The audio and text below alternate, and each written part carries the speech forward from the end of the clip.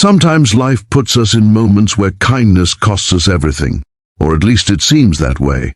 And sometimes, when the world feels unfair, when doing the right thing feels like it punished you instead of rewarding you, life has a surprise waiting just around the corner.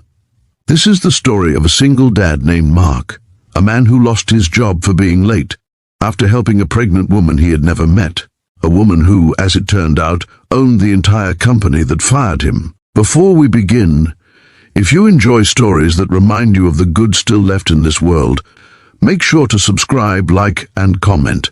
It really helps the channel, Truth Lines USA, reach more people who need a little hope in their day.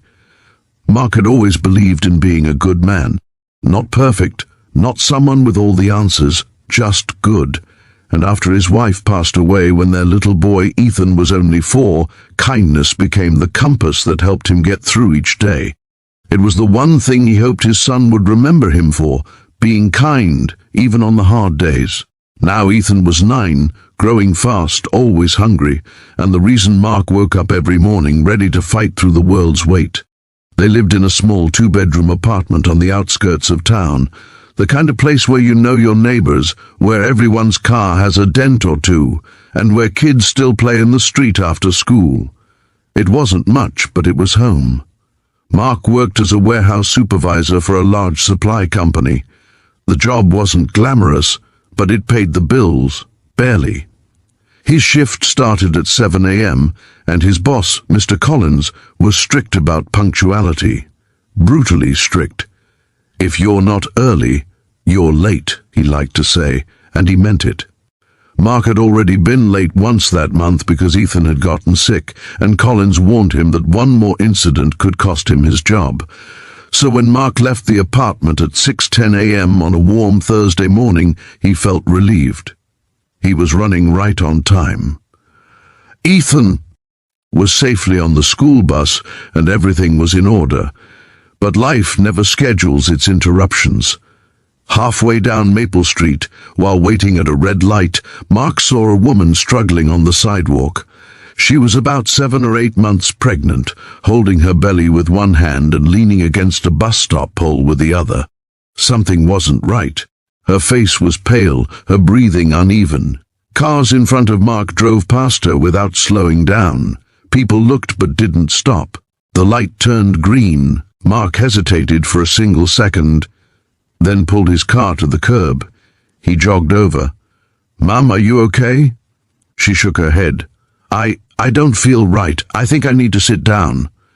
Mark guided her gently onto the bench.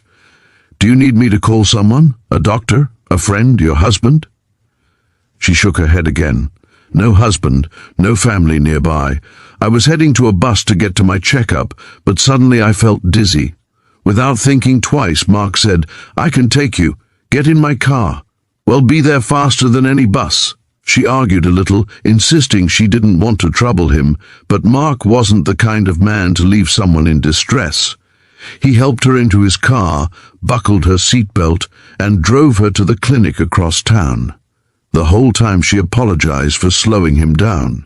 "You're not slowing me down," Mark said with a small smile. "Helping people is never a delay."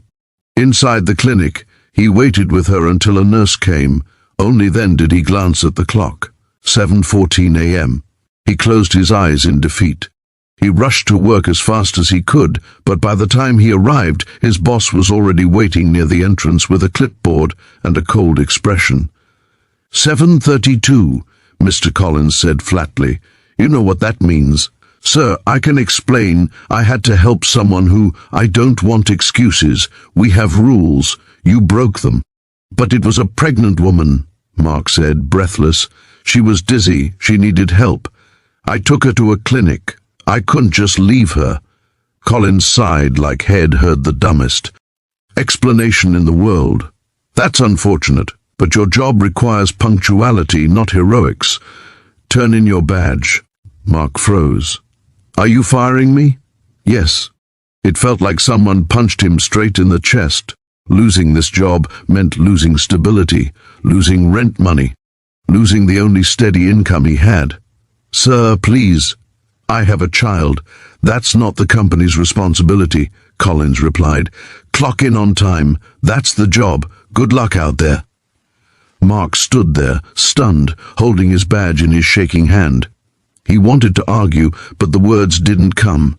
He needed this job, but he couldn't turn back time. He drove home slowly, feeling like the world had tilted sideways. When he walked into the apartment that afternoon to pick up Ethan after school, he tried his best to hide the fear on his face. Ethan bounced in, backpack bouncing. "Dad, we had pizza today." Mark forced a smile. "That's great, buddy." But children sense things adults try to hide. "What's wrong?" Ethan asked. Mark knelt.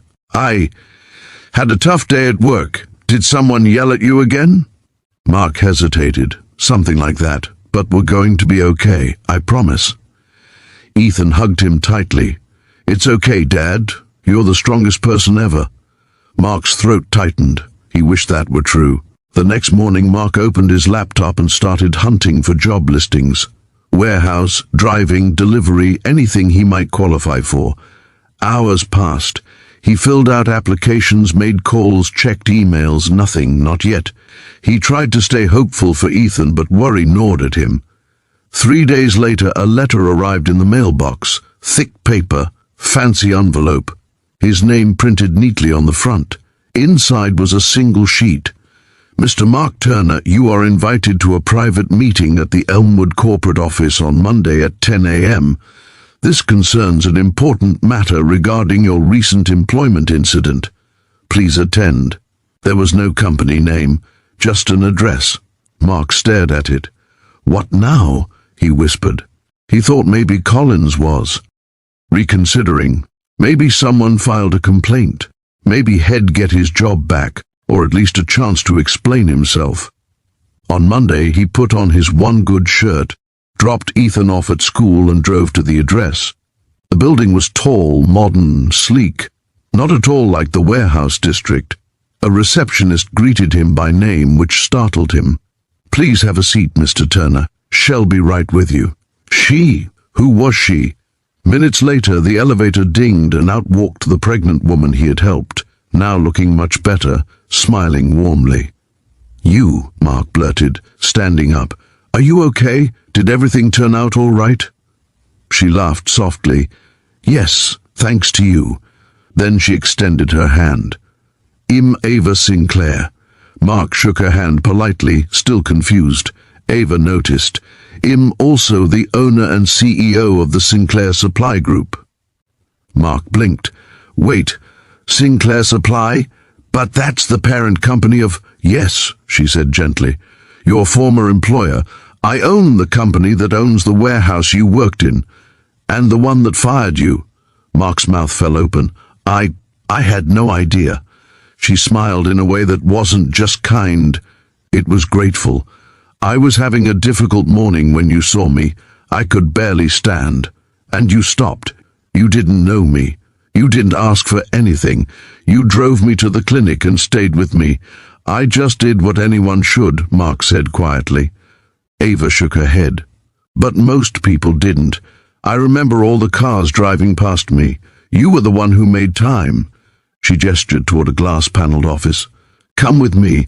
I want to talk." Inside, she explained everything. She had gotten the clinic report, and the nurses told her how Mark had helped her. She had also learned, through the HR department, that he had been fired minutes after arriving late. "I reviewed your file," she said. "Your work record was excellent, and the reason for your lateness? Completely justified." She leaned forward. "But what concerned me most was the lack of humanity shown to you afterward."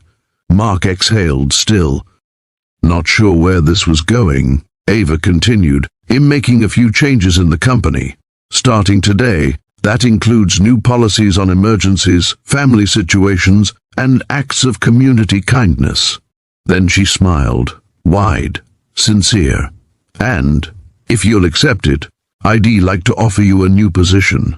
Not just your old job, a better one. Higher pay, better hours, more security. People like you, kind, dependable people, should be leading, not struggling." Mark felt his throat close. I I don't know what to say. You already said it, Ava replied. You said it when you stopped to help a stranger.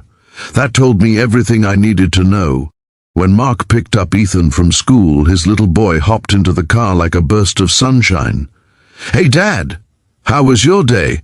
Mark laughed, really laughed for the first time in days.